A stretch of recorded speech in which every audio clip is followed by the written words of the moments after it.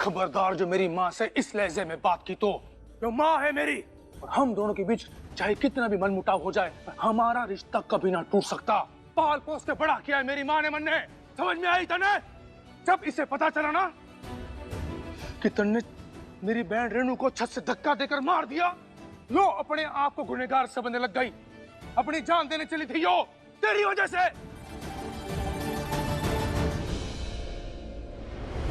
तो क्या किया तन्ने? तो क्यों किया?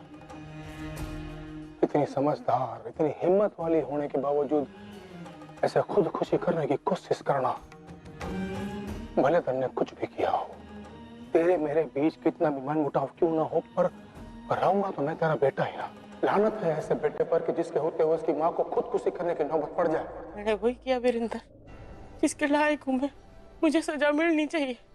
पाप किया है मैंने, भगवान न दे रहा था, इसलिए मैंने सोचा कि मैं खुद ही अपने आप को खत्म कर लूं। तू माँ ना बोल मुझे, मैं माँ बुलाने लायक ना हूँ। माँ तो वो होती है तो बच्चों की गलतियां माफ करती है। तू तो इतना अच्छा बेटा, मैंने कभी तेरी कदर ना की। अपने छोटे छोटे पोते पोतियों को भी अपने लानत के आगे कुछ ना समझो।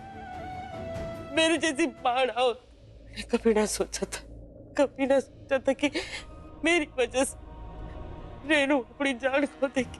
अगर रेणु हम सबके बीच में ना है ना, तो कहीं ना कहीं उसकी वजह मैं ही हूँ। मेरी वजह से रेणु इस दुनिया से दूर चली। तू ऐसा क्यों बोल रही है? तन्ने रेणु के साथ क्या किया? वो जो वीडियो पीड़ा जिसमें मेरे तने रेणु को ऊपर छत से धक्का दे दिया था, वो वीरेंद्र ना था, वो सत्यम था, सत्यम। उसने रेणु को छत से ऊपर से धक्का दिया था। माँ, आपको पता है इन सब चीजों के बारे में? हाँ, मैं सब जानती थी।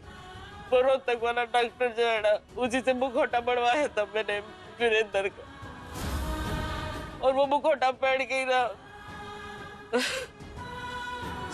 लेकिन मैं ये ना जानती थी कि वो रेणु की जान ले लेगा।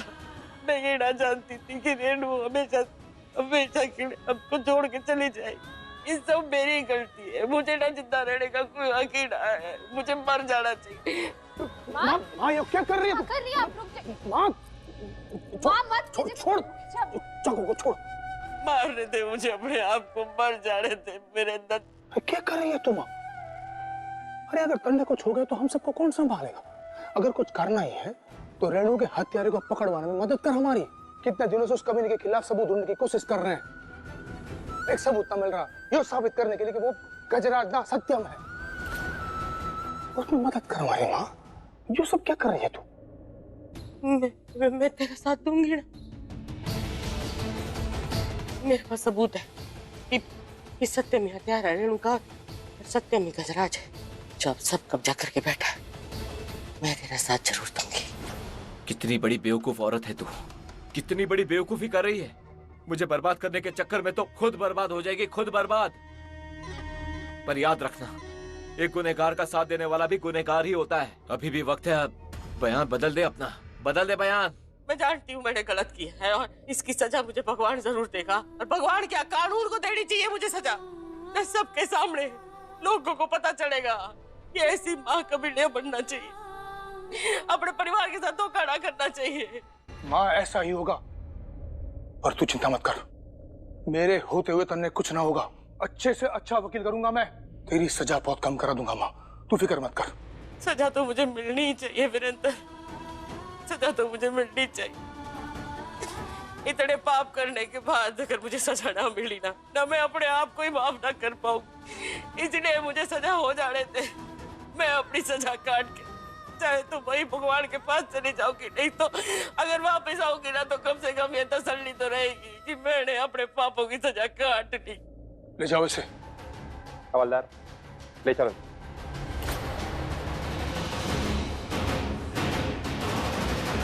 अब खत्म हो गया तो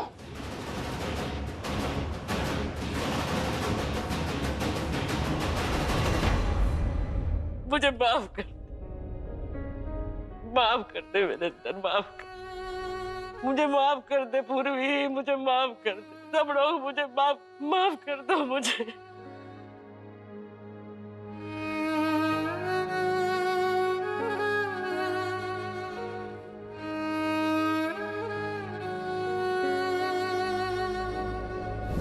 देख बावरी, आज तेरी हिम्मत था, लगन था, इतनी मेहनत था, रेणु के हत्यारे को भी सजा मिल गई। मन तो लग रहा है कि आज सही तरह से मेरी बहन को मुक्ति मिल गई और यो सब तेरी वजह तो हुआ है।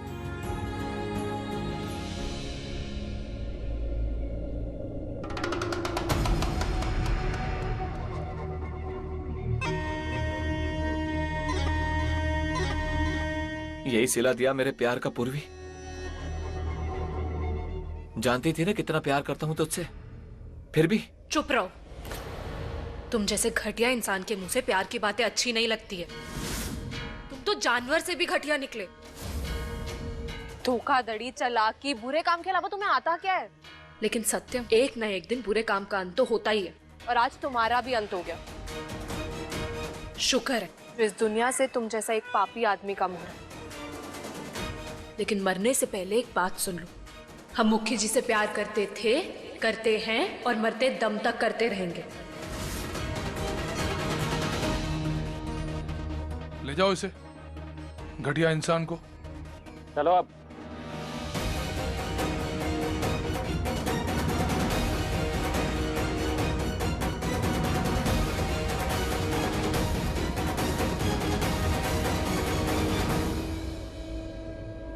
माँ, आज सबके सामने जो तुमने अपने गुनाहों और पापों को कबूल किया है ना, तुमने जो सच का साथ दिया है, तू देख लेना, ऊपर वाला तुम्हें जेल से बाहर निकालने का कोई ना कोई रास्ता जरूर दिखाएगा और तू बहुत जल्द फिर से हमारे साथ होगी। देखना तू माँ। मैं सच कहूँ वीरेंद्र, मैं ना जानती मैं कभी वापस आऊंगी या ना आऊंगी। लेकिन इतना जरूर है कि मैं प्रायश्चित जरूर करूंगी जेल के अंदर, उन सब पापों के लिए, उन सब दुखों के लिए जो मैंने तुझे दिए, पूर्वी को दिए, तेरे बच्चों को दिए, अंजलि को दिए, योगी को दिए, साक्षी को दिए। मैं सबको इतना तरसाया, मैंने इतना दुख पहुंचाया, उसकी सजा तो मुझे मिलनी चाहिए। और उसी सजा के लिए मैं जेल में प्रार्थना करूंगी तुम सब के लिए। और पूर्वी तुम, मैं आ जानती मैं किन शब्दों में तुझसे माफी मांगू बेटा, फिर भी अगर हो सके ना तो मुझे माफ कर देना। पहले दिन जब तुझे ब्याह के लाई थी ना, तब से लेकर आज तक तूने मुझे माँ माना, लेकिन मैंने तुझे कभी भी बहू ना माना। मैंने तुझे बहुत तरसाया है, तुझ पे बहुत जुल्म करे। माफ कर दे मुझे, हो सके तो इतना सा माफी दे देगी ना तो सच में मेरा प्रायश्चित जो है ना वो थोड़ा आसान हो जाएगा।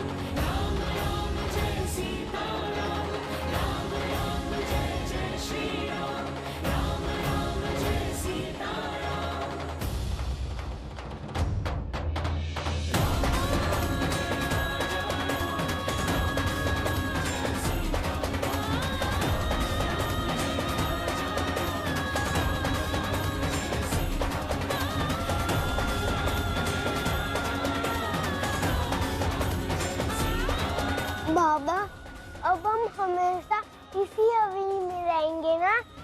हाँ, यहीं पर रहेंगे हमेशा, अपने घर में।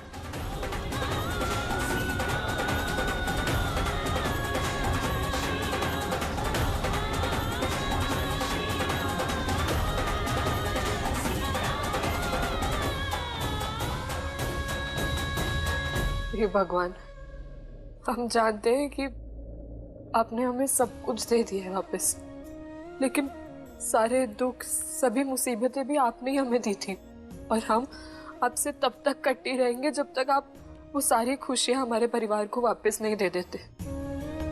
प्लीज प्लीज अब ये सब कुछ मत छीनना हमसे, नहीं तो ये फूल, ये प्रसाद, ये सब कुछ नहीं लाएंगे हम। जैसे हमें ये सब कुछ नहीं मिला था, फिर आप भी रहना इन सब चीजों के बिना जैसे हम रह रहे थे। सुन रहे हैं ना आप हमारी?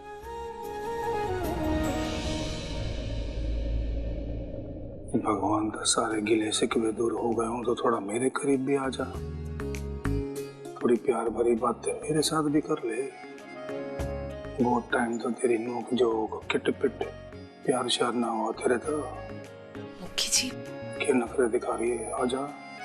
इस वक्त का तो मैंने कब तक इंतजार था।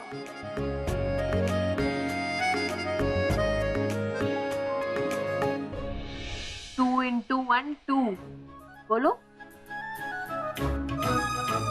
2 इंटू 2 4, 2 1 जा 2, 2 1 जा 2, 2 2 जा 4, 2 2 जा 4, 2 3 जा 6, 2 3 जा 6, 2 4 जा 8, 2 4 जा 8, 2 5 जा 10। बहुत बढ़िया, बहुत बढ़िया, बहुत पढ़ाई हो गई भाई। अब तो बाबरी पूरी साल की पढ़ाई आज ही करा देगी उसे। अरे जमाने में अभी बहुत जरूरी काम होते हैं पढ़ाई लिखाई के सिवा। जा बेटा तेरा हो गया, जा सो जा। नहीं नहीं, चुप रहिए मुखी जी, आप तुम चुपचाप पढ़ाई करो। जब तक पढ़ाई पूरी नहीं होती तब तक कहीं नहीं जाना, और आराम से ध्यान लगा के पूरा समय लेके पढ़ो, कोई जल्दबाजी की बात नहीं है।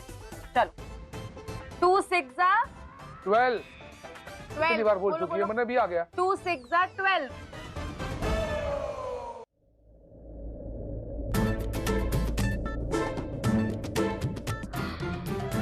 ओ देख देख बेचारे की हालत देख ले, जान लेगी बच्चे की तू।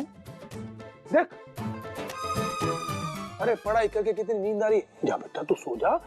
इस उम्र में 10-12 घंटे की नींद चाहिए बच्चों को, हाँ, ताकि शरीर और मन का विकास हो। जा बेटा नहीं सो जा।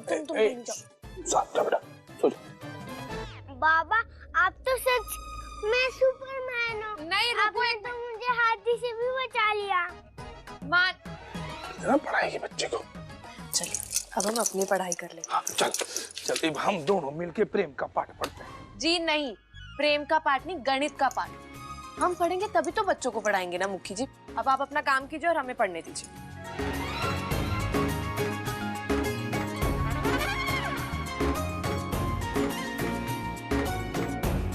मुखी जी। हाँ बोला।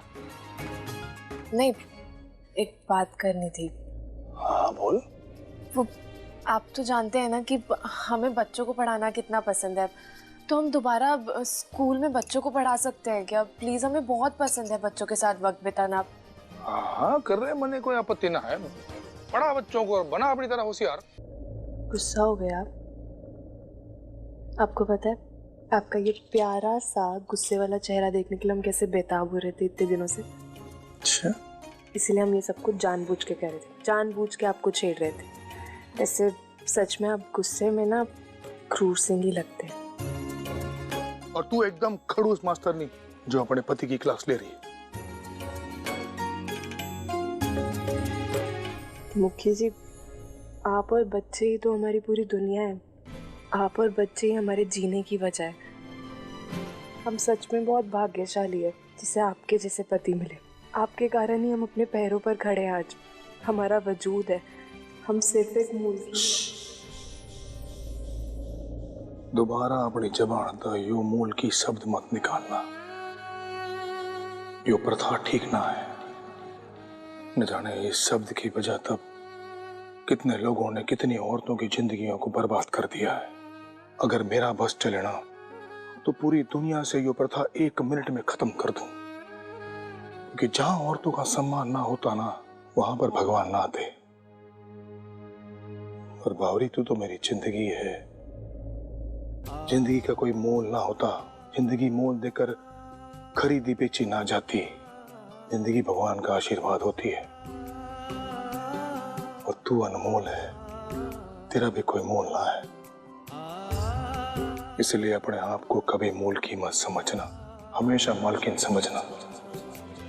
तो हवेली की और मेरे दिल की, समझी मेरी बावरी?